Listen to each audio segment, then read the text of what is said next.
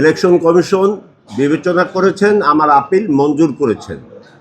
তো এক্ষেত্রে আমি মনে করি জেলা প্রশাসক মহোদয় বিমাতা সুলভ আচরণ করেছে, কারণ আমার সাথে ৫-৬ জন প্রার্থীটা স্থগিত ছিল, তাদের মধ্যে হলফনামা ছিল না, কারো অঙ্গীকারনামায় স্বাক্ষর ছিল না, সেগুলা তিনি পুনর্বহাল করেছেন। কিন্তু ওদের স্বপ্ন পূরণে পাশে থাকতে পেরে আমরা গর্বিত। আমার সামান্য ভুলের কারণে আমাকে এই ভোগান্তিতে ফেললেন তিনি আমার কোনো কথাও শুনতে চাইলেন না।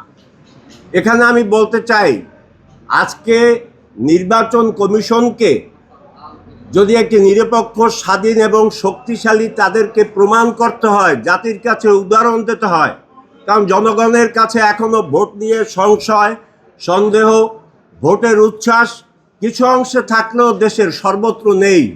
সেক্ষেত্রে ইলেকশন কমিশনকে এমন একটি উদাহরণ দেওয়া উচিত।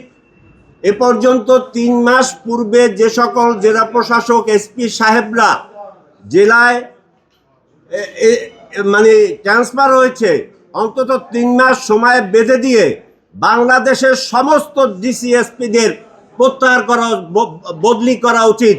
সাংবাদিক মাসুদ কামালের সাথে আমি একমত হয়ে বলতে চাই, শুধু তাই নয়, উপজেলা লেভেলে ইউনো ওসিদেরও ৩ মাসের সময়সীমা বেঁধে দিয়ে এর পরে যারা এসছেন তাদেরকে সারা বাংলাদেশে বদলি করতে হবে যদি ইলেকশন ফেয়ার করতে হয়।